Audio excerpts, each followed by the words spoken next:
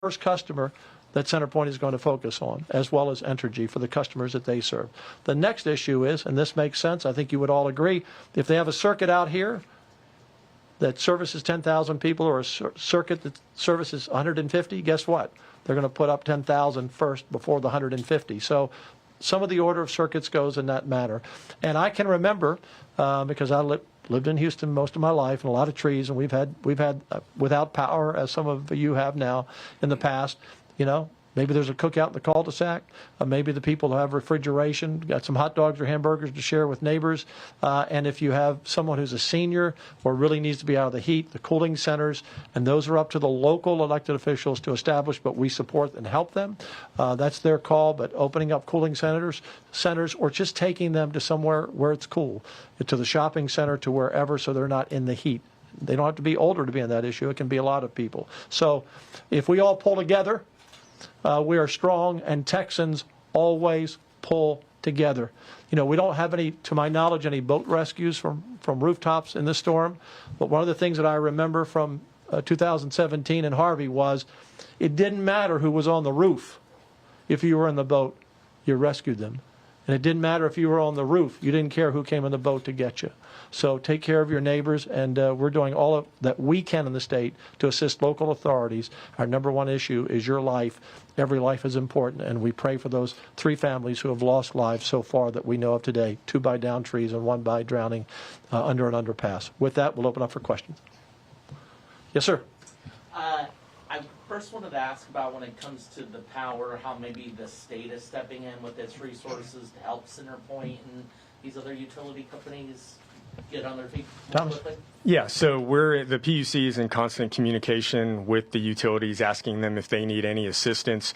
We have staff here at the State Operations Center that's working with our sister agencies to see if they're talking to anyone that needs any assistance. So there's 24/7 access to the state resources if they need anything from us. Do you have anything to add to that, Ed? You know, Governor, you issued waivers yesterday for weight and transportation to allow those out-of-state resources to get into Texas earlier. And so everything that they have asked us to do, we have been able to support. Next question. Oh. Governor, this, just a few days ago, we were celebrating the 4th of July. Are we starting to see the start of earlier hurricane season and potentially more? Well, it's been predicted. I'm not a meteorologist or a weathercaster, but it's been predicted that there will be a lot of storms this year. This is an early storm for us to have, and it's what I call the backdoor storm, and that's why I was very concerned. And Nim and I talked at 4 in the morning. I don't know, it was Tuesday or Wednesday. The time has all come to one day, but these storms that come in the back door over the Yucatan Peninsula, particularly over holiday weekend, we're very concerned that people weren't aware. Not that they weren't paying attention. They were having fun at the beach. They're just out of their normal routine. They weren't looking at the news. They weren't looking at the internet. And it was far off. But this storm, Beryl, has been resilient and relentless. I mean, they left 11 deaths behind them. It's the first Category 5 this early storm that started out. And so our concern early was communicating.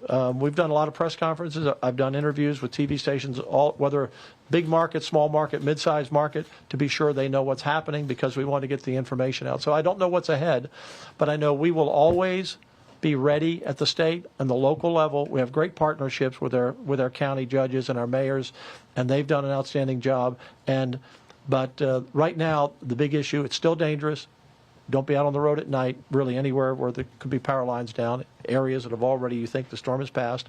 And then secondly, we're going to have to get through this power situation. And when we get through it, as Thomas said, we will go back and assess how we can do it better. But we are, as I said, an area with a lot of trees and a big storm and 80-mile-an-hour winds and a lot of power lines down, 10 transmission lines. So they're going to have to get out there, assess it, get it back up.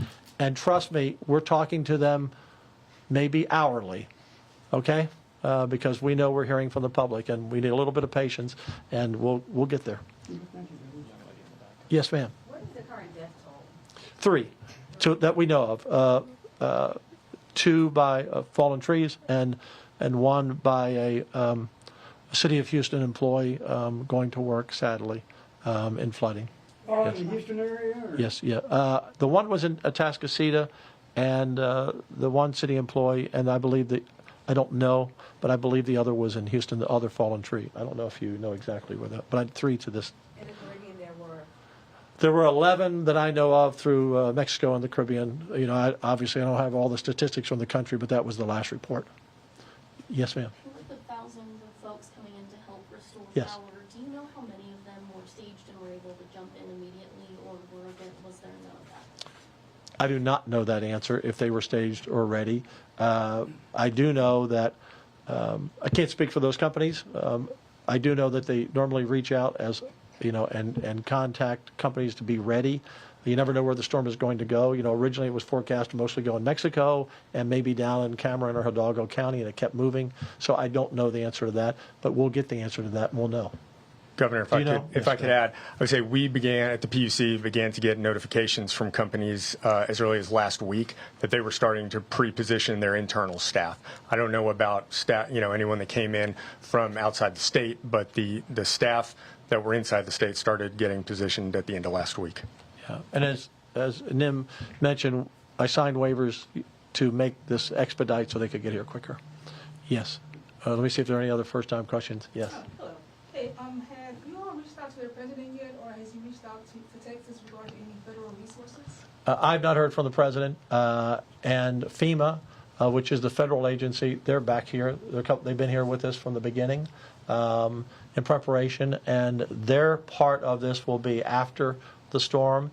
To get FEMA money, it has to be more than $54 million of damage to public buildings and government facilities. You know, private homeowners or businesses, they have their own homeowners insurance or flood insurance. So they have been cooperating. They're here, and they will, you know, right now we're focused on lives and we're focused on getting through the storm. We'll worry about sending them an invoice later. And we expect when we send them an invoice, if it's more than $54 million, to get paid. Yes, sir? Questions for Chief Ken. You mentioned the high risk, the high danger of carbon monoxide. Could you elaborate and maybe, I know there, you know, just real quick bullet points on how people can keep their homes powered safely tonight, and whether that's carbon monoxide or fire? Yeah, great question, and thanks for the opportunity to expand on that. One is some people do have small home generators that you buy and hook up to the home. Those run fine. But if you went to Lowe's or Home Depot or Walmart and got a generator and you think you need to pull it into your garage and run it in your garage and then run an extension cord into your refrigerator or your freezer, inside the house, even in the garage, that carbon monoxide can leak through the doors and leak through other areas, and you won't even know unless you have a carbon monoxide detector that carbon monoxide is there. So if you're going to run a generator, it needs to be outdoors, away from the house. Follow the manufacturer's instructions for that. And then also be sure that you don't daisy chain too many cords together, because by daisy chaining them, you create additional heat and cause a fire hazard inside the home. Any Any other? early estimates on damage? Well, we're collecting damage estimates right now. Our local partners are doing that, but when the winds are still moving through Texas, it's really hard to say how much damage is out there. So we know that our first responders will get out as soon as it is safe for them, just like the power companies can't get out and get up in those bucket trucks when it's more than 35-mile-an-hour winds. So damage assessments will come after all of the life safety issues are addressed. Governor, this is your first hurricane as governor, right? As acting governor? Is that correct? I'm trying to think. I've been acting governor many times, and we've had many incidents. This is the first hurricane that I've overseen, but I've always been involved in all the other hurricanes as a senator or a lieutenant governor. Right, so you've been in those meetings, but not in the same way as now, and getting the briefings maybe at 3 and 4 in the morning, where you know the hair on the back of your neck probably stands up. Some of the things that you hear, people are definitely going to die given certain conditions that are being described. Can you talk about the work these folks do in the middle of the night, 3 and 4 in the morning, and the professionalism they bring to it? Scott, these people that I've met back here, and I've taken time in between our press conferences, our interviews, and our briefings to go around and meet everyone personally, everyone on the day shift, everyone on the night shift, and thank them. These are public servants. Not all of them work for you. Many of them work for TDEM, the Texas Department of Emergency Management, but these others come in from different agencies. And they come in here and they've They are true public servants. I gave them one of my coins today that has the Matthew 2026. It says, "For those who wish to lead, you must first serve." These are great public servants, and we replicate these people, Scott, at the local level as well. They're smaller teams in smaller counties, but like Harris County has a pretty big team. So these are people doing their very best, and we're on the clock 24/7. We've been on the clock 24/7. I've been worried about the storm, and I texted him this, I think, on Wednesday or Thursday. I said, this reminds me of Ike back in '08 that just kind of came along and kept on going and kept on going. And pretty soon we ended up with Bolivar Island being wiped out because the storm was predicted to be here and it changed. So we've been on top of this, and John Honore, our meteorologist, has been great at the state level. So these are great people. My only job as the acting governor is to get the information out. They're the pros. I don't pretend to be a pro and an expert on their issues. They're the experts. Any other last questions? All right. Well, thank you. You have one last one? You've had two. Okay, one last one. Go. I just want to ask Okay. about specifically when we're talking about Central Texas, which seems to have been missed a lot. Yes. Is there things Central Texans or agencies can do to help our neighbors, or what should Central Texans keep in mind, even if they've kind of been spared here? Yeah, so two things. One is the first responders that were ready to go in Central Texas. A lot of them are already moving over into the Houston area and ready to move up into Northeast Texas. So those first responders that were staged are moving. The next thing is for our families here in Central Texas that have the ability to give or to donate, figure out where your donations go and work best. The Red Cross and the Salvation Army are here. They've been working very well with us. We want to support them as well. But there are a lot of church organizations out there that over the next several days will be feeding and serving those out there. So cash is always the right size and the right color. Make sure your donation goes to the right place. So we'll wrap this up, and over the next 2 days, I'll be going out with NIM to areas in the state that have been hit. So when we can get there safely, and if they have the infrastructure for us to get there, like cell service and basic things. So we will be going to some areas around the state personally to inspect it and see what we can do. But look, we have a great cooperation between the locals. And by the way, every county judge has his cell number, and most of them have my cell number. And every one of the legislators have our cell number. So they don't hesitate to pick up the phone and say, we need this. And that's part of what we do. They call us in with a need, and we respond as quickly as we can. Thank you all very much. God bless Texas. Thank you. Thanks, everyone. Do you all expect more briefings? Don't know. We'll be going around the state and obviously be doing press wherever we are. Right. And we'll figure that out. See that. Thank you very much. Yes, sir. Thanks, everyone. All right, we're good? Good. Thank you. So, Thanks, Donna. we're...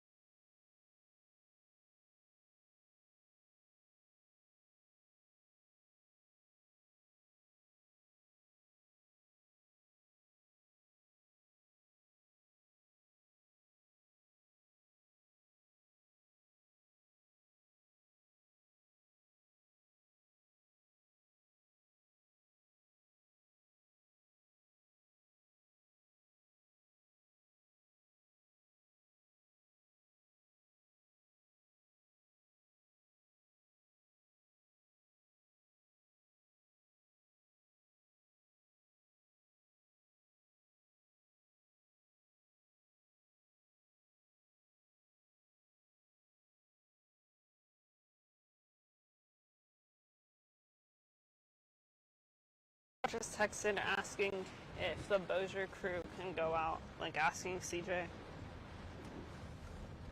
Asking what? Asking CJ if it's safe for the Bossier crew to go out.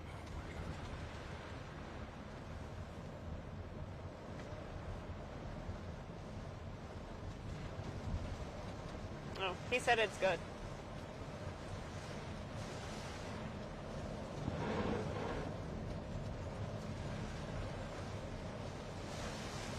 We guess it's Jasmine and somebody else.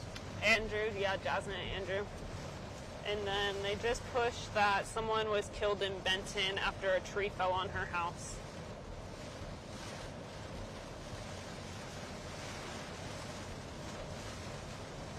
See, that overemphasizing your safety.